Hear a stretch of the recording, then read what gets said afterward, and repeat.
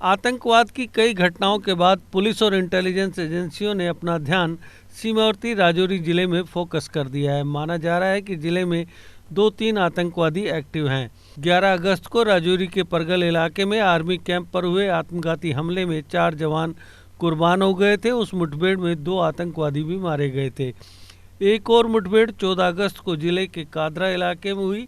माना जा रहा है कि 2-3 आतंकवादियों का एक ग्रुप मौके से फरार होने में कामयाब रहा, जिसके बाद राजौरी और उससे सटे पुंछ जिले में पुलिस और सेना के जवानों को हाई अलर्ट पर रखा गया है।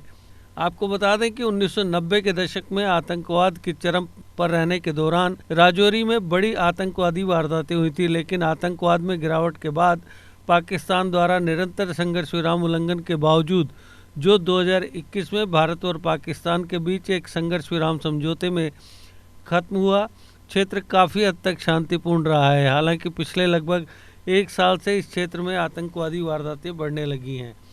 यहां तक कि पुलिस और इंटेलिजेंस एजेंसियों को भी राजौरी में आतंकवादियों की गतिविधियों की जानकारी मिली है। 2 अगस्त को पुलिस, सेना और अन्य एजेंसियों की एक हाई लेवल मीटिंग में एडीजीपी जम्मू मुकेश सिंह ने क्षेत्र में आतंकवादी गतिविधियों में नवीनतम रुझानों पर प्रकाश डाला था। सिंह ने अन्य क्षेत्रों में प्रिवेंटिव मेजर्स के अलावा राजौरी और किश्तवाड़ जिले में एक ऑफेंसिव ऑपरेशन शुरू करने पर बल दिया था।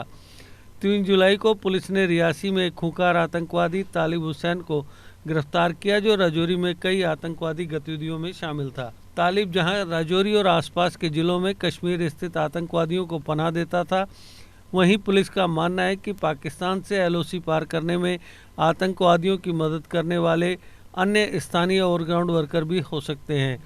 एक सीनियर पुलिस ऑफिसर ने कहा कि 11 अगस्त को मुठभेड़ जिसमें 2 आतंकवादी जिन्हें विदेशी माना जाता था मारे गए थे, और एक और 2-3 दिन बाद इंगित करता है कि जिले में आतंकवादियों की आवाजाही है।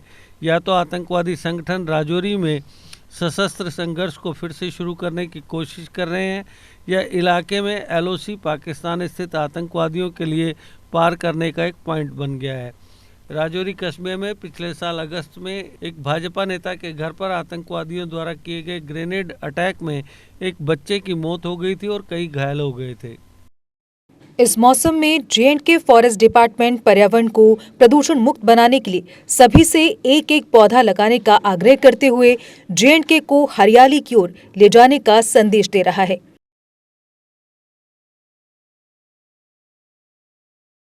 जे.एंड.के फॉरेस्ट डिपार्टमेंट का कहना है कि इस मॉनसून में सभी सहयोग देकर जे.एंड.के को ग्रीनरी की ओर ले जाएं।